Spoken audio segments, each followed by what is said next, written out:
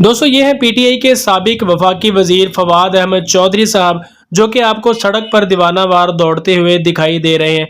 आप दोस्त भी सोचते होंगे कि चौधरी साहब पेशावर एथलीट तो नहीं है, लेकिन आखिर इनको हुआ क्या है कि सड़क पर इस तरह से सरपिट उनको दौड़ना पड़ गया।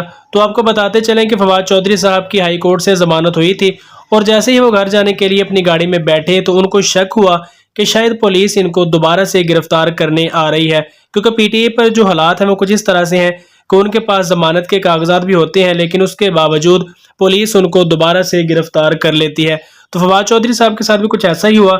जैसे ही उनको शक गुजरा कि पुलिस मुझे शायद दोबारा गिरफ्तार करने आ रही है, तो वो अपने गाड़ी से सेकंड के 1000वें हिस्से से निकले और उसी वक्त वो हाई कोर्ट में दाखिल होने के लिए सड़क पर दौड़ना शुरू कर दिया।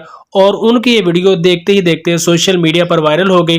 लेकिन शायद जो चौधरी साहब की गलत फहमी थी, क्योंकि अदालत से वो रिहाई हासिल करके आए थे और उसके बाद शायद शक की बनाकर पर ही वो अपनी गाड़ी से निकले और उन्होंने गिरफ्तारी से बचने के लिए दौड़ना शुरू कर दिया।